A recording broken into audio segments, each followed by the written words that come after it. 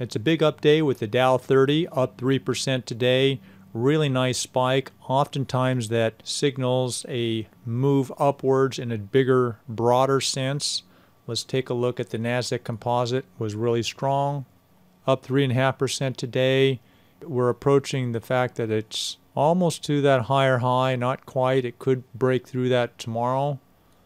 Let's take a look at the S&P 500, up 3%. And let's go straight to our oil stocks. Really did well. Here's CRK, up 4%. We're looking for this to continue to move up here. Probably somewhere around that 34, 35 level, somewhere in here. And these things could get a little hot and get a little up further, but my suggestion or strong recommendation for you is to sell these off on this first run that we're currently having and not try to be waiting for this stock to, or all these oil stocks that I've been talking about for a week, not to try to ride out that correction, because this next correction is going to be a sharp and fast one. You're going to be wishing you sold those off.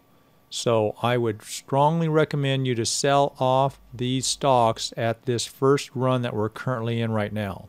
Don't hold out and think that you're going to get a higher price and then see them move up to higher high. They might, but they might not. And the odds are that they won't, because the pattern that it's been going on for these stocks for months is likely to continue. And the way I size this up is we're on a little bit of a frothy, perky market right now, a little better than I had forecasted, and things are, most of that profit potential on some of these, like here's XTO, have already been realized. And don't be buying these now, especially this one, XTO. And here, let's take a look at CWEI. I gave you a midday alert during the day to consider selling a portion or to reduce your long position. I hope you did that, but I still think there's a lot more to go in this stock.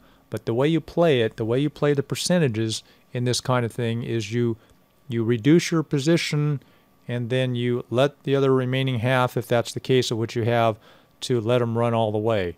Because most of us, or most of you, are not in a position to watch screens all day like I'm doing, or I have done for many years, and still love it, by the way.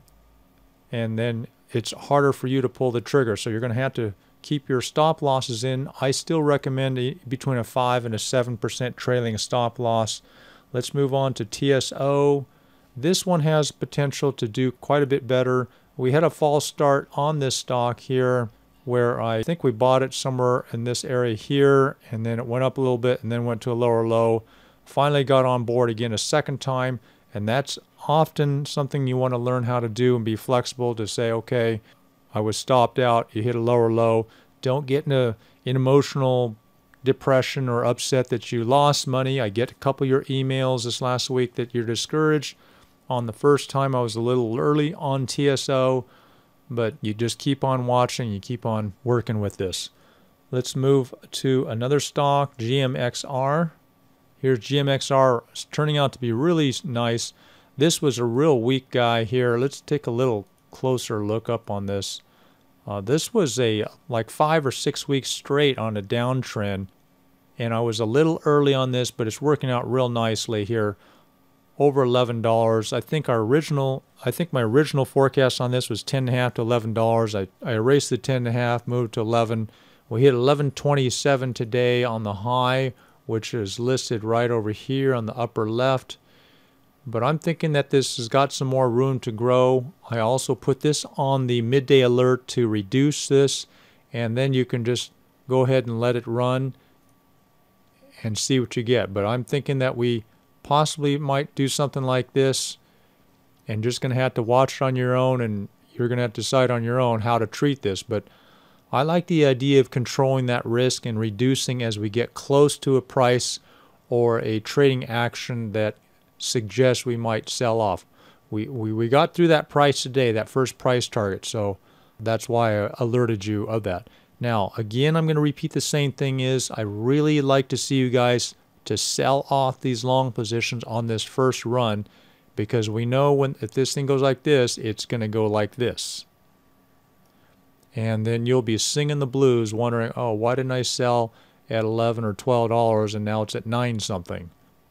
I don't think there's a short position in there, but I just think you need to stand aside and take the money on this first run. Because remember this, here's the thinking on this. You see all these guys up here who bought for the last 2 or 3 months? Guess what they're going to be wanting to do when this stock runs up? That's correct. They're going to say, wow, let's sell. I can break even, or I don't lose as much, okay?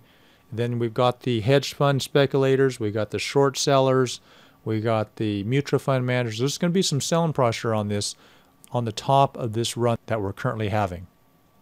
Here's ICE, Intercontinental Exchange. I'm only looking for a couple days of a run here.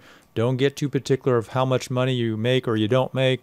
Just be willing to take any profit. We're up 3.5% or 3.4% today on CME. Looking for maybe 10 or 15 more dollars, which is not a lot for a $280 stock. So maybe 290, 295 at the highest level. But just going to have to be willing to take any profit. If it starts acting negative, go ahead and sell it. Build your charts on your intraday charts. I would suggest, as what we have in the Wizard training course, to build a 15-minute chart over about a 6-day period or 7 days and watch those signals and set them up as I've got in the Wizard training course. So that 15-minute chart is really appropriate for watching a swing trade's top or bottom over a period of a few days. Now here's AIG, which is a short sale idea I put on yesterday. Looking for this to sell off. This is for aggressive investors who have a high risk tolerance. Just do a small position and hold that short. The odds are this thing's going down.